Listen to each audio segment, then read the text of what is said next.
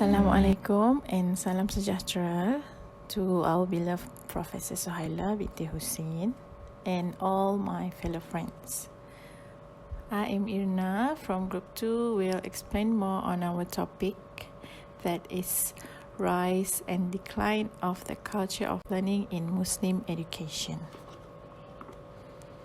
Okay, without any delay, first of all, I would like to introduce my teammates.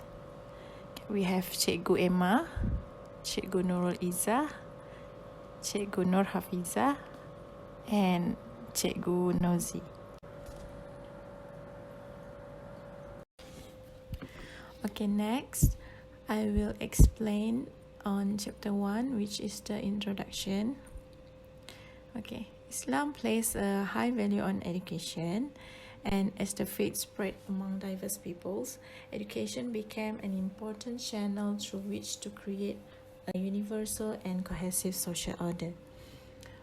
By the middle of the 19th century, knowledge was divided into 3 categories, which are Islamic sciences, philosophical, and natural sciences, which is Greek knowledge, and literary arts.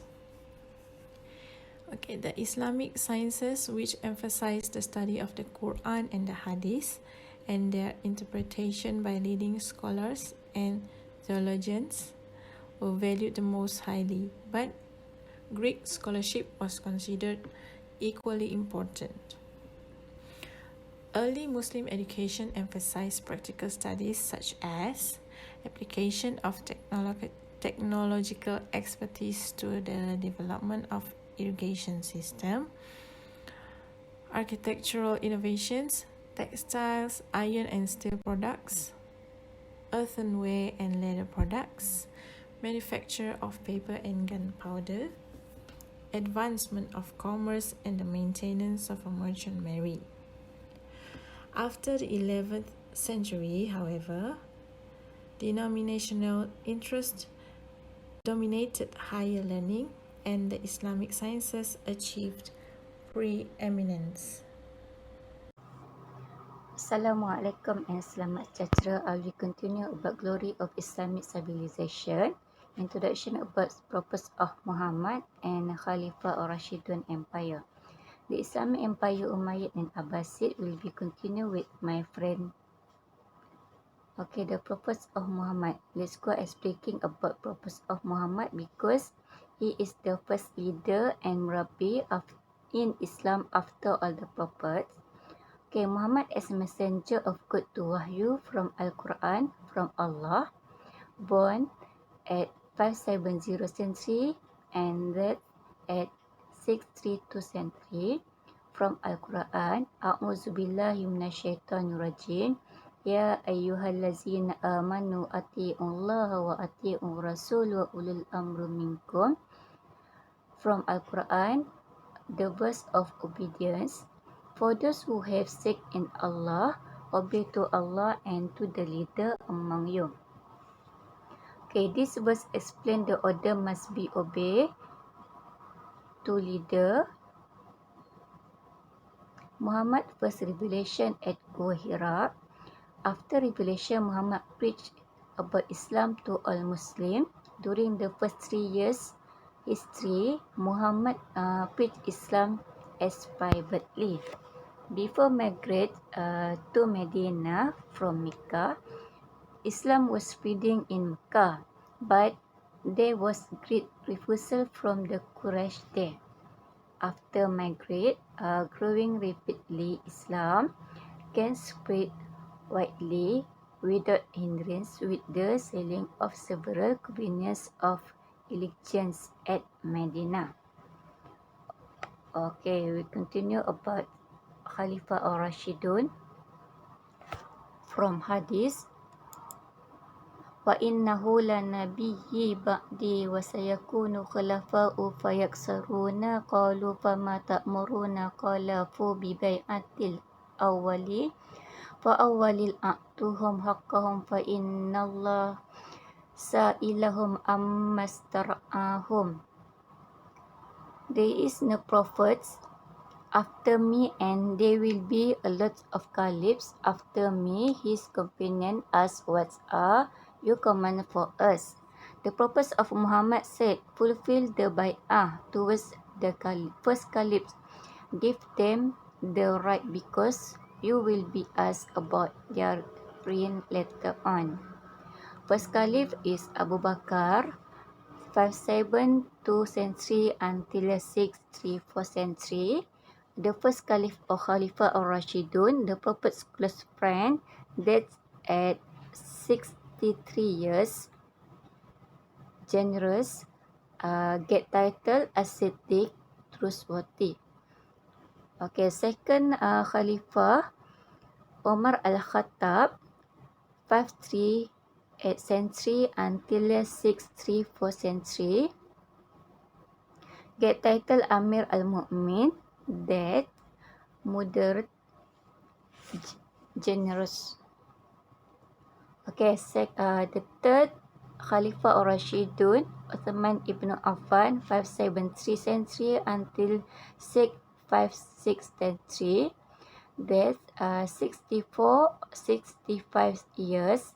Get title Zun Nurain because married to two of the Prophet Muhammad daughter. Okay, generous also moderate.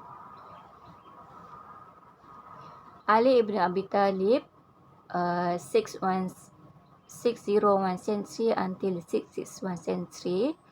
The last Khalifah or Rashidun, he is one of the central figure in Shia Islam.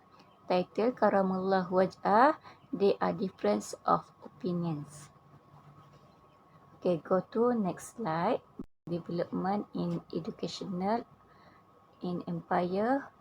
Khalifah Abu Bakar first. Okay, educational development, trying to gather the Holy Al-Quran from Hufaz. Holy Al-Quran is written down on a stone and that was because many Hufaz of the Quran was killed during the war. The spread of hadith through the speech of the Prophet Muhammad, mixed as a center for the dissemination of knowledge and da'wah. Halaqah system where the teachers is in the middle surrounded by his student as one of the educational method practiced during that time. Okay, contribution to the administration, the war of Riddah, war of apostasy. Second, fake prophets, war those who refuse to pay zakat, develop the religion of Islam to Parsi and Rome.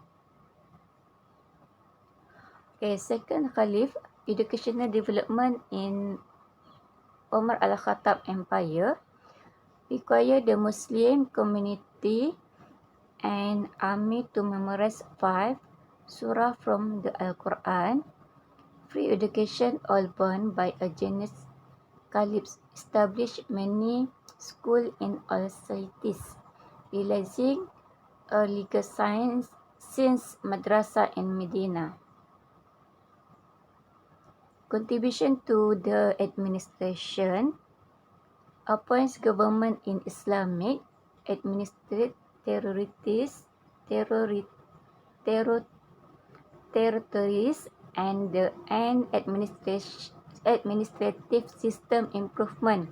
Founded the Al-Diwan notebook to keep the country safe, ijtihad in the field of worship. Okay, educational development at Zaman Uthman Affan.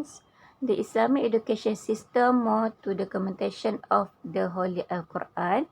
There was a different opinion in the methods of recitation and subsequently a dispute in terms of the narration of the recitation of the Al-Quran. After 20 years of Prophet Muhammad passed away, the Al-Quran was committed to written form. Other versions are believed to have been destroyed. Preaching among the prisoners of war. Contribution to the administration, military expansion, the enlargement of the Prophet's mosque. During this time, there was much opposition and slander. Okay, and the last Khalifah, Ali ibn Talib, educational development very popular with fasaha and balaghah, nahu grammar in Arabic language.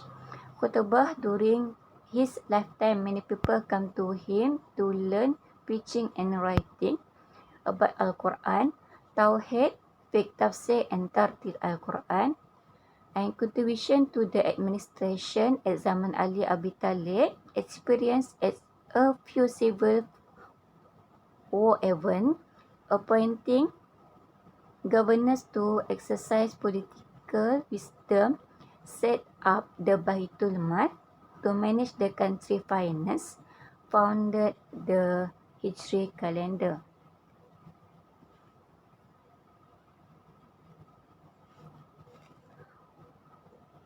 After Ali's death marked the end of Rashidun Caliphs. After his death, his rival Muawiyah continued to establish the Umayyad Khalifah.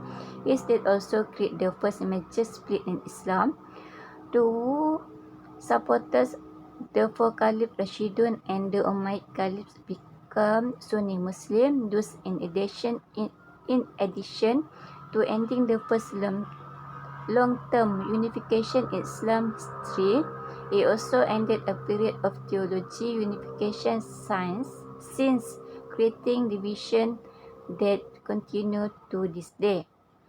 Okay, as a conclusion from my topic, from my part, lot of improvement in education field, especially in Islam education during Khalifah or Rashidun times.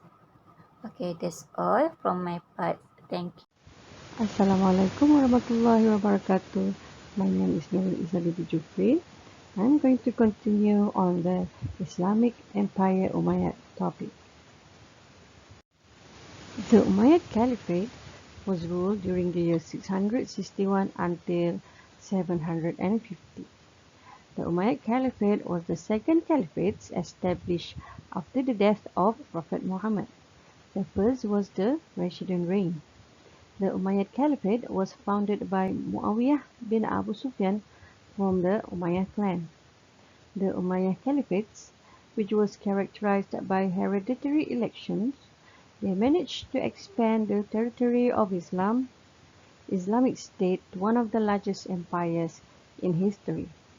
The Umayyad family had first come to power under the third Caliph Uthman bin Affan. These are the list of names of Khalifah under Bani Umayyah. There are about 14 leaders, starting from Muawiyah bin Abu Sufyan until Marwan bin Muhammad. I'm going to explain about the founder or the leader of the Umayyad Empire, Muawiyah bin Abu Sufyan. Muawiyah's full name is Muawiyah bin Abu Sufyan bin Harb bin Umayyah bin Abdul Shams bin Abdul Manaf. He was nicknamed Abu Abdurrahman. He is the founder of the Bani Umayyah kingdom from the descendant of Quraysh. He reigned for 40 years, which is 20 years of governor and 20 years of caliph. His father was Abu Sufyan bin Harb. Abu Sufyan bin Harb was a leading Quraysh leader in Mecca before embracing Islam, the leader of the Mushrikeen of Mecca, who was the cause of the Battle of Badr, and the leader of the Mushrikeen of Mecca in the Battle of Uhud. Muawiyah's mother was named Hindun bin Utbah bin Rabi'ah. She was an influential woman. However, she chopped and dissected the body of Hamzah bin Abdul Muttalib in the Uhud battle. Muawiyah died in Damascus in the month of Rajab on 60 Hijrah at the age of 74 years. During his years of administration, Muawiyah bin Abu Sufyan made a few changes. The changes he made in its administration was: number one, moving the center of Islamic government from Medina to Damascus, changing the system of selection of caliphs by shura to the system of inheritance. Number 3. Expanding the political power of the caliph and the centralization of government power of the Bani Umayyah. Number 4. Organize a strong army consisting of the people of Syria. They are given a fixed salary. Number 5. Introduce or imitate the administrative system of the Byzantine government. Many Christian officials were recruited to serve as teachers and administrators, particularly in the fields of economics and science and medicine. He also established a registration office, established a post office, established a spy department for the purpose of knowing the secrets of the enemy, established a palace guard or al-hijab to protect him from the danger of enemy threats, and prioritized the descendants of the Arabs, especially the descendants of the Bani Umayyah. So the main key point for the Umayyad Caliphate was the Umayyad Caliphate ruled for about 89 years, from the year 661 until 750. The Umayyad Caliphate, which emerged after the Rashidun Caliphate's collapse, was characterized by hereditary elections and territory expansion. The Umayyad Caliphate became one of the largest unitary states in history and one of the few states to ever extend direct rule over 3 continents. When the Abbasid dynasty revolted against the Umayyad and killed many of their ruling family members, a few Umayyad escaped to the Iberian Peninsula and founded the Cordoba Caliphate, characterized by peaceful diplomacy, religious tolerance, and cultural flourishing. I'm going to continue with the next caliphate, which is the Islamic Empire of Abbasid. The Abbasid Caliphate was the third caliphate to succeed the Islamic from the Prophet Muhammad. It was founded by a dynasty descended from Muhammad's uncle, Abbas ibn Abdul Muttalib, from whom the dynasty takes its name. They ruled as caliphs for most of the caliphate from their capital in Baghdad, which is the modern-day Iraq, after having overthrown the Umayyad Caliphate in the Abbasid Revolution of 750. Baghdad became a center of science, culture, philosophy, and invention in what became known as the Golden Age of Islam.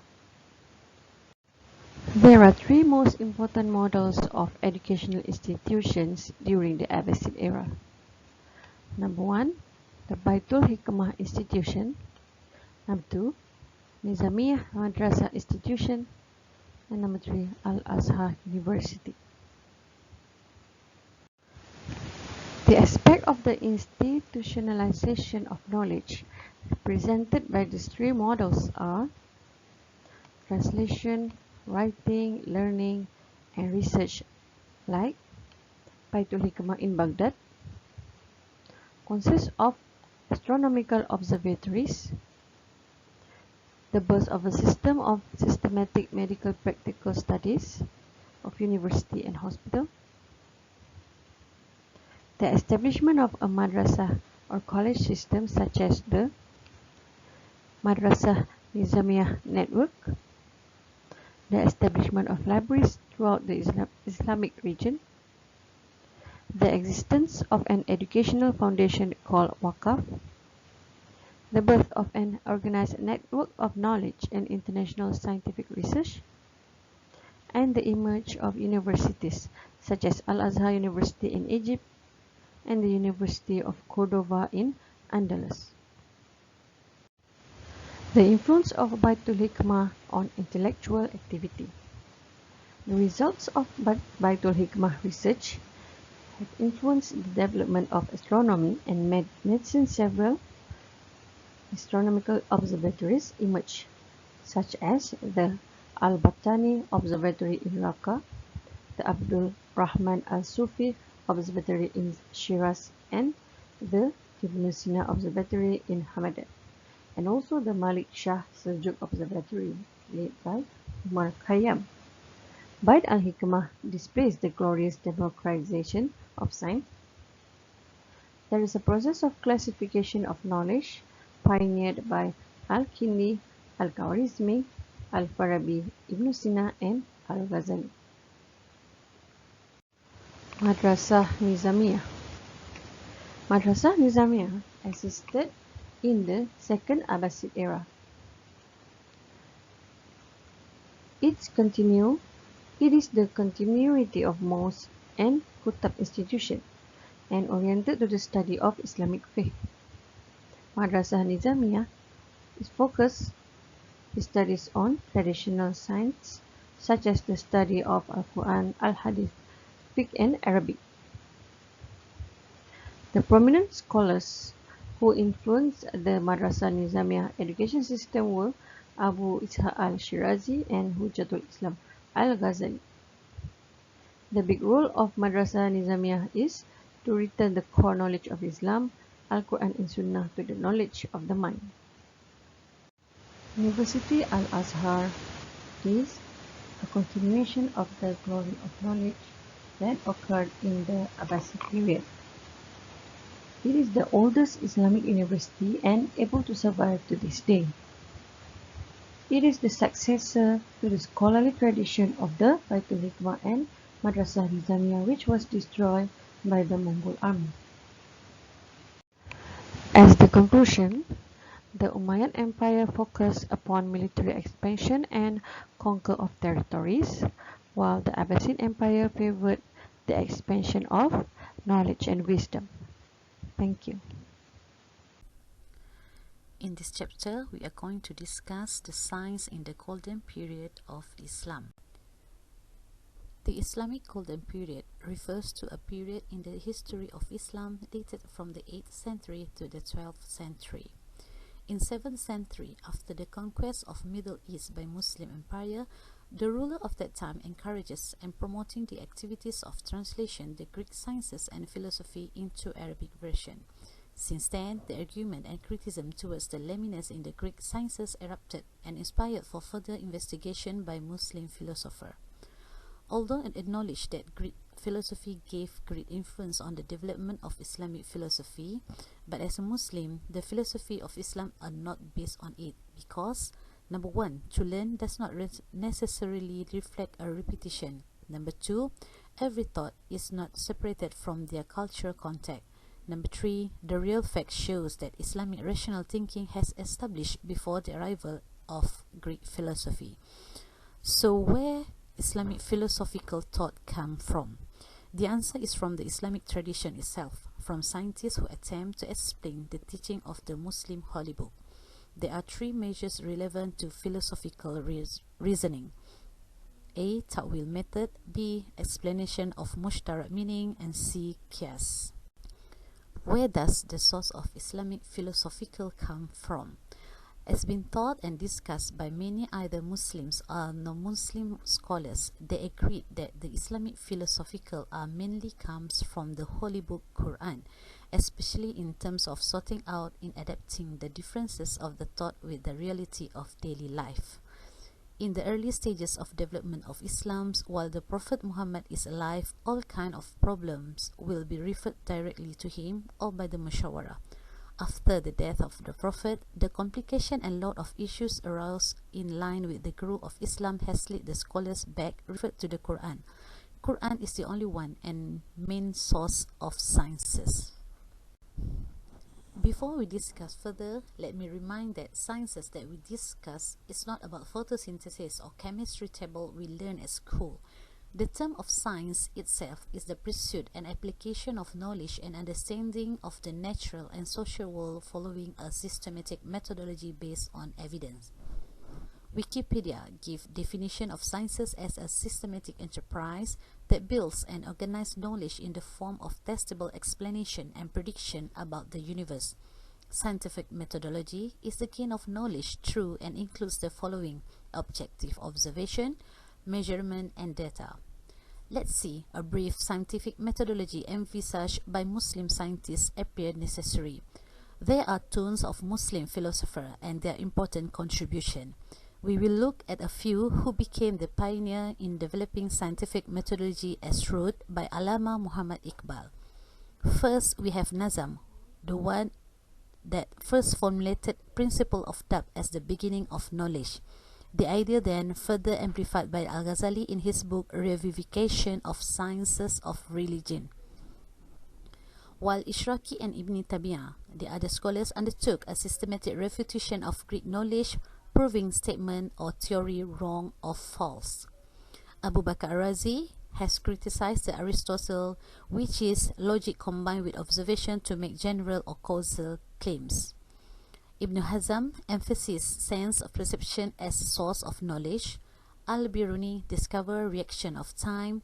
Al-Hindi sensation is proportionate to the stimulus are instances of its application to psychology, while Ibn al-Hatam contours of scientific methods combination of two processes, inductive and deductive method. From this, we can say that it is a mistake to suppose that the experimental method is a European There were many fundamental requirements of scientific research, yet Ibn al-Haytham, al-Biruni, Ibn Sina, and Jabir ibn Hayyan found the contours of scientific method. As we know, Aristotle, who believed, combines a logic with observation to make general causal of claims, but somehow Muslim believe that problem is confirmed by observation and experiment. Therefore, Ibn al-Haytham are to be found a combination of two processes, which is inductive and deductive method. In inductive method, the general law is created from an observation. The observation leads for a generalization, where hypotheses are created and need to be tested for to be true or false. After tested through an experimentation, then general law is to be confirmed. However, the deductive method is experimental verification of the consequences of the hypothesis. From here, the interpretation of other facts on the basis of hypothesis. After the finding, these two methods apply in developing more factual knowledge. To discuss on how the science in golden period of Islam is growing, let us look at one of the important books written by Ibn al-Haytham. The Book of Tips he wrote full of observation and experiments. His famous quote is, "Let us inquire into its causes by reasoning and experiment." This problem is confirmed by observation and experiment. To get a picture of how he developed the scientific methodology, let us see how Ibn Khaldun had a simple experiment from his observation, the light entering the room through a hole. At first, he generated a hypothesis by two ways. The first hypothesis is come from observation of natural phenomena, which is the light entering the room. It's because the light travels in straight line into a hole. 2. The hypothesis through analogy. He used the analogy of moon receive light from the sun. It was conjectured that stars had no light of their own but drew from the sun. From this hypothesis, he made a verification of an hypothesis. From this simple hypothesis, he put it an experiment and scientific test. It was wrong. The stars emitted light themselves, so the hypothesis is rejected. After doing the verification of an hypothesis, then the free experience he generated laws. Thus, it has been evident from this experiment.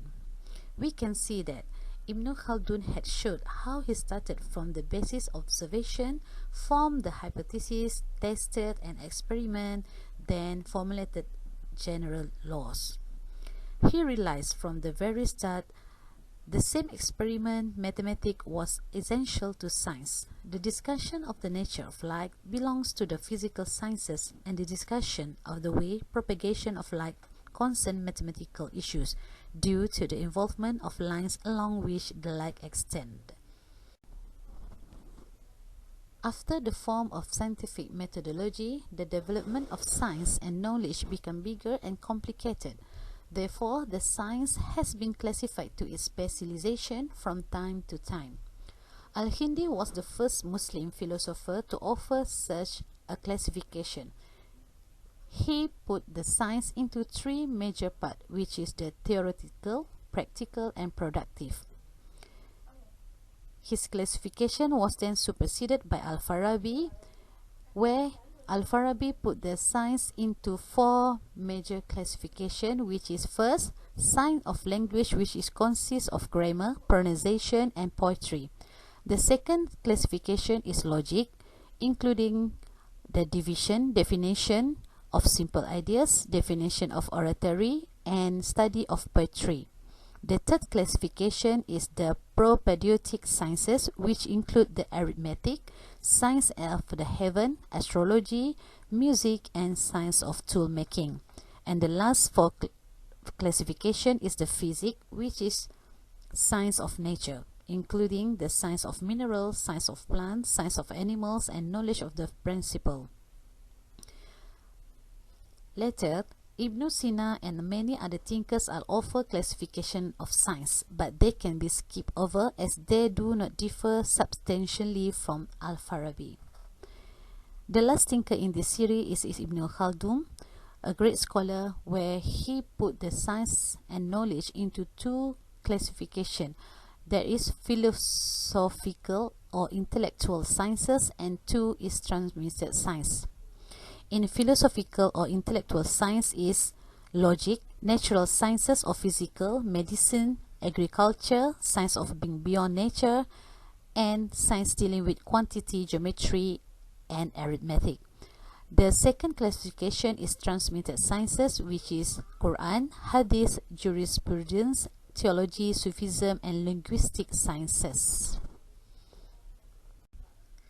In the Second World Conference in Muslim Education held under the auspices of the King Abdulaziz University and the Quaid-i-Azam University Islamabad in 1980, the following classification of sciences was adopted.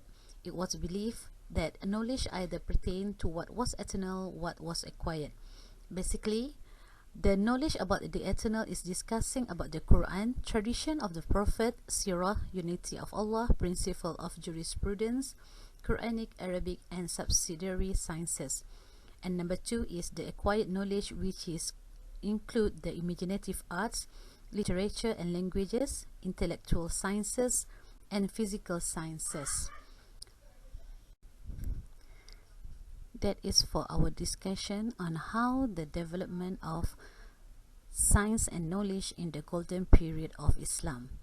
Our friend will continue with the discussion on the various fields of scientific knowledge. Thank you.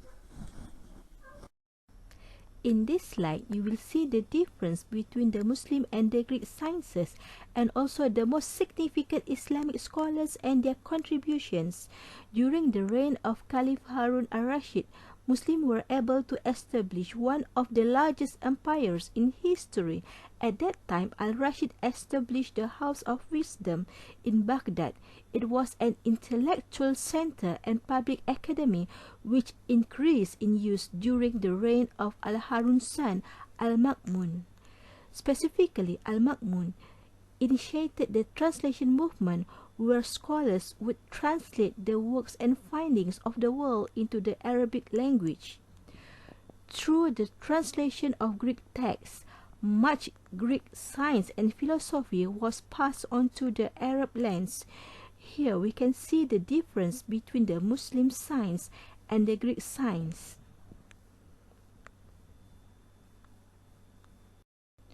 Muslim science investigation on observation and experiment. Meanwhile, the Greek science was based on hypotheses and opinions. The Muslim science never accepted a result until it was borne out by observation and experiment.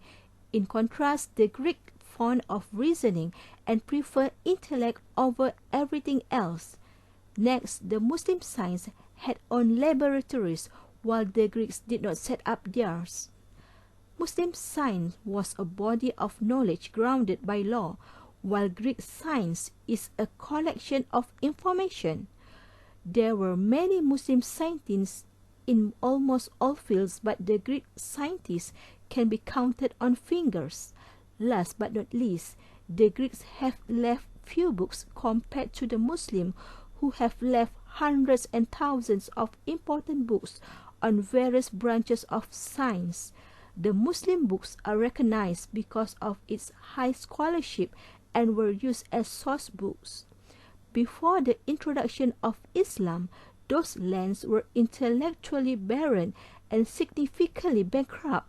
It began to flourish and produce thinkers and scientists after they embraced Islam.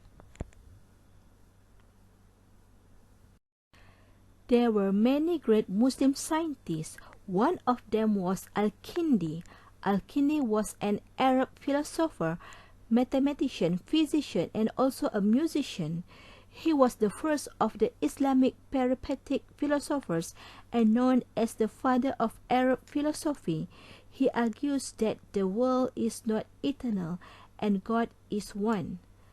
Another great Muslim scientist was Musa al-Khwarizmi. He revised Ptolemy's geography, listing the longitudes and latitudes of various cities and localities. His famous masterpiece was Kitab Surat al-Ard, which means the image of earth. Abu al-Hasan al-Masudi, the Arab outstanding historian and scientist who was a world traveler. He was the first Arab to combine history and scientific geography in a large-scale work. His masterpiece was Muruj al-Dabab wal Madin al-Jawahar, the meadows of gold and mines of precious stone. Next Islamic scholar was Ibn Qudadebe. His book Al-Malik wal Mamalik was very important for historical topography. Al-Biruni, who was a Persian scholar, wrote a history of India.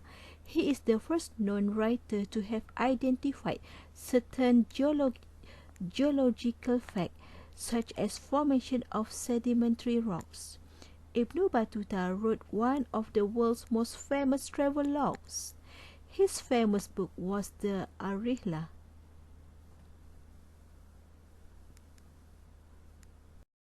In natural history, there were many great Muslim scholars.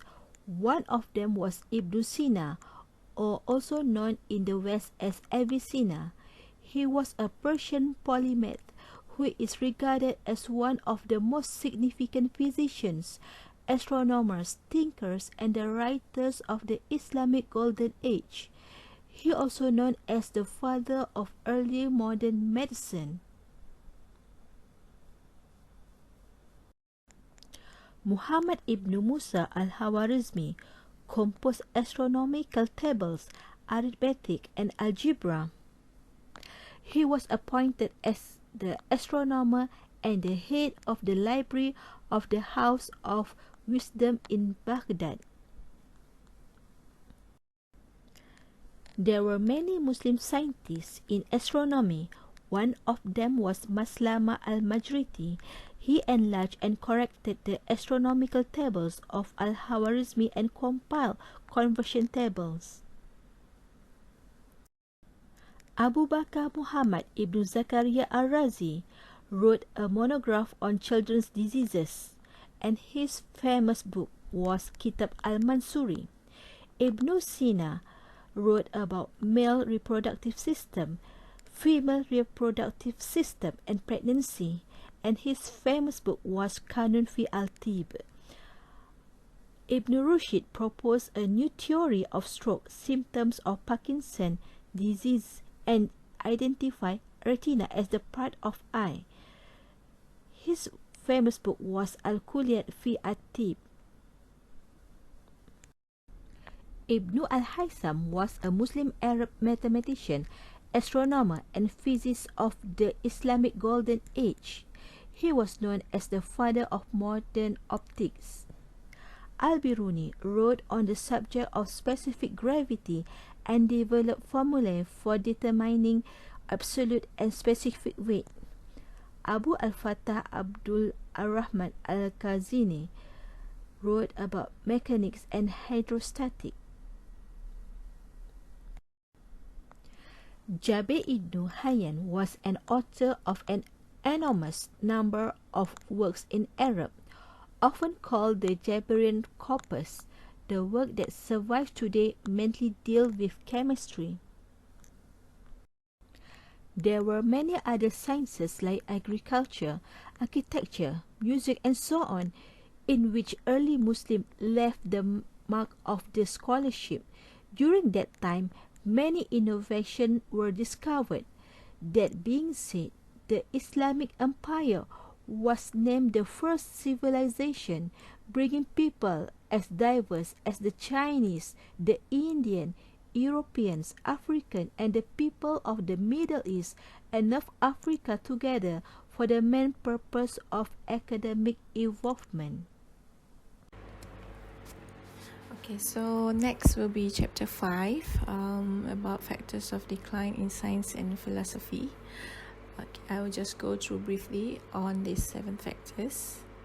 Okay, so the first one is sect of Baghdad. Ulama Muhammad Iqbal, the poet philosopher of Pakistan, says, "The destruction of Baghdad, the center of intellectual life, in the middle of the 30th century, was indeed a great blow."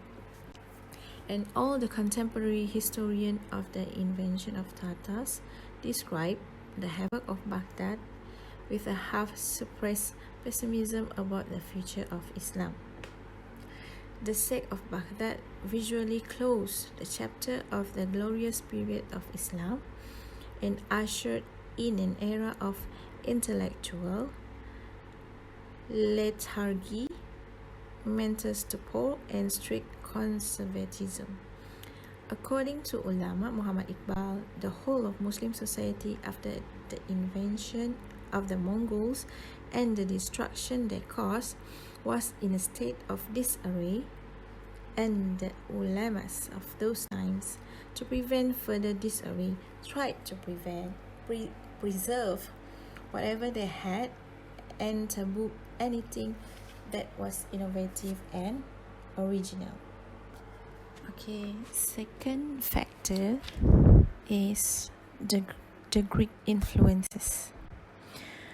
Ulama Muhammad Iqbal, in his book The Reconstruction of Religious Thought in Islam, is strongly of the view that one of the major causes leading to the extinction of scientific inquiry among Muslims is the acceptance of the Greek vision of reality, which is essentially static. It is felt by Muslim thinkers that Greek philosophy, instead of laying stress on the concrete and the particular, which the Holy Quran does, lays stress on the universal and the abstract.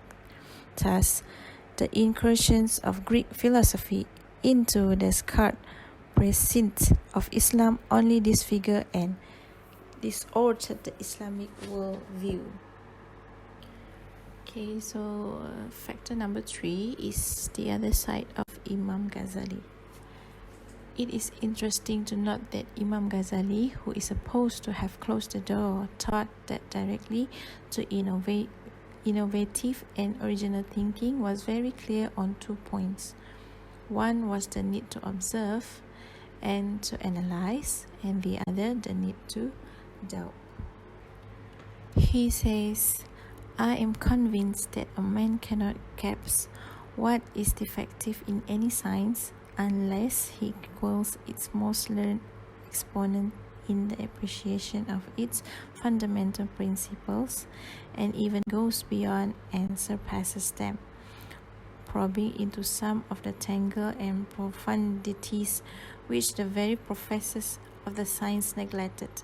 Then it is possible that what he has to assert about its defect is true."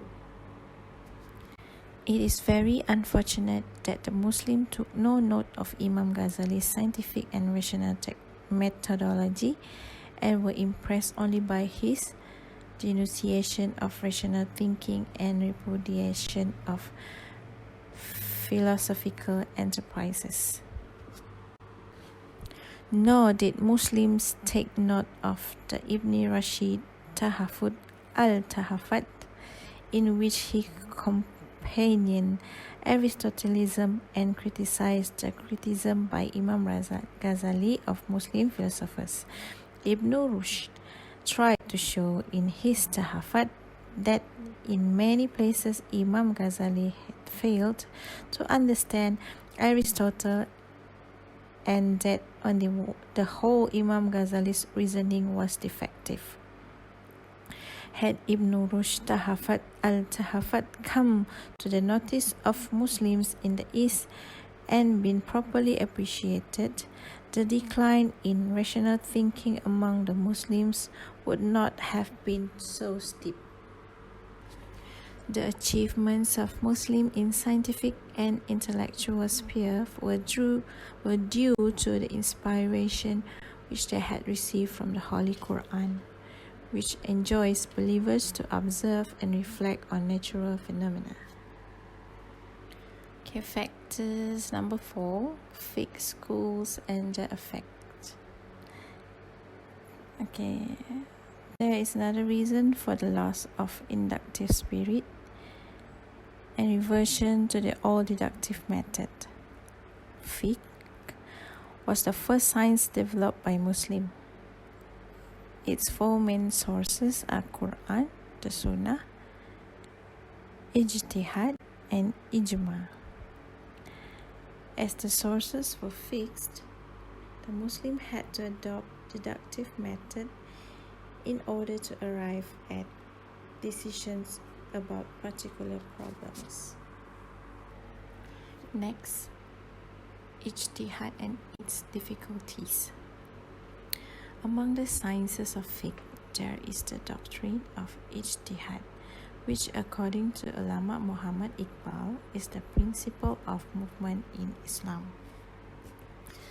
The theoretical possibility of Ijtihad is admitted by the Sunnah, but in practice, it has always been denied ever since the establishment of the schools, in as much as the idea of complete Ijtihad is hedged round by conditions which are well nigh impossible of realization in a single individual. Another factor responsible for the intellectual stagnation and the extinction of scientific inquiry in the Muslim world is the widespread belief of the masses in the doctrine of ascetic mysticism and the rigid discipline it imposes upon its adherents and devotees. One final important reason for the backwardness of Muslims in science was given by Munir Ahmad Khan, the chairman of the Pakistan Atomic Energy Commission. Rulers in the past fear that the spread of education and knowledge in the masses might erode the absolute authority. The emergence of learned and skilled people leads to the loosening of the grip of feudal and religious elite groups. Science and technology has urbanized societies, which lead to the reordering of the existing social structure and redistribution of power and changes, which are resent by the established ruling classes. By opening new opportunities for a large number of people and offering an entirely new mode of acquiring influence through knowledge instead of inheritance, the spread of science and technology strikes at the root of the power base of the privileged group.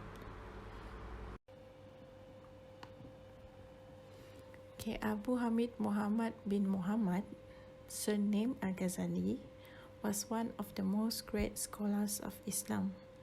He was a philosopher, a legal scholar, theologian, educationist, and towards the end of his life, a mystical thinker in the class of Ibn Arabi. For many Muslims, Al-Ghazali is the paragon of the Mujaddid, a reviver of Islam, coming at a time when there were many disputations between philosophers and theologians, between rationalists and traditionalists, and the mystical and the orthodox. He tried to bridge these divisions. His Ahya Ulum Uddin, which reflects his main philosophical and psychological thought. The revival of religious science embarked on a massive endeavor to find a golden mean between all these diverging trends. After his intellectual crisis and subsequent spiritual awakening, he became more like Sheikh Rabbani of India, who balanced Sharia and Tariqah, which is law and mysticism. Ghazali's major contribution lies in religion, philosophy, and Sufism. A number of Muslim philosophers had been following and developing several viewpoints of Greek philosophy, including the Neoplatonic philosophy, and this was leading to conflict with several Islamic teachings. On the other hand, the movement of Sufism was assuming such excessive proportion as to avoid observance of obligatory prayers and duties of Islam. Based on his unquestionable scholarship and personal mystical experience, Ghazali sought to rectify these trends, both in philosophy and Sufism. He portrayed the inability of reason to comprehend the absolute and the infinite. Reason could not transcend the finite and was limited to the observation of the relative. Also, several Muslim philosophers had held that the universe was finite in space but infinite in time. Ghazali argued that an infinite time was related to an infinite space.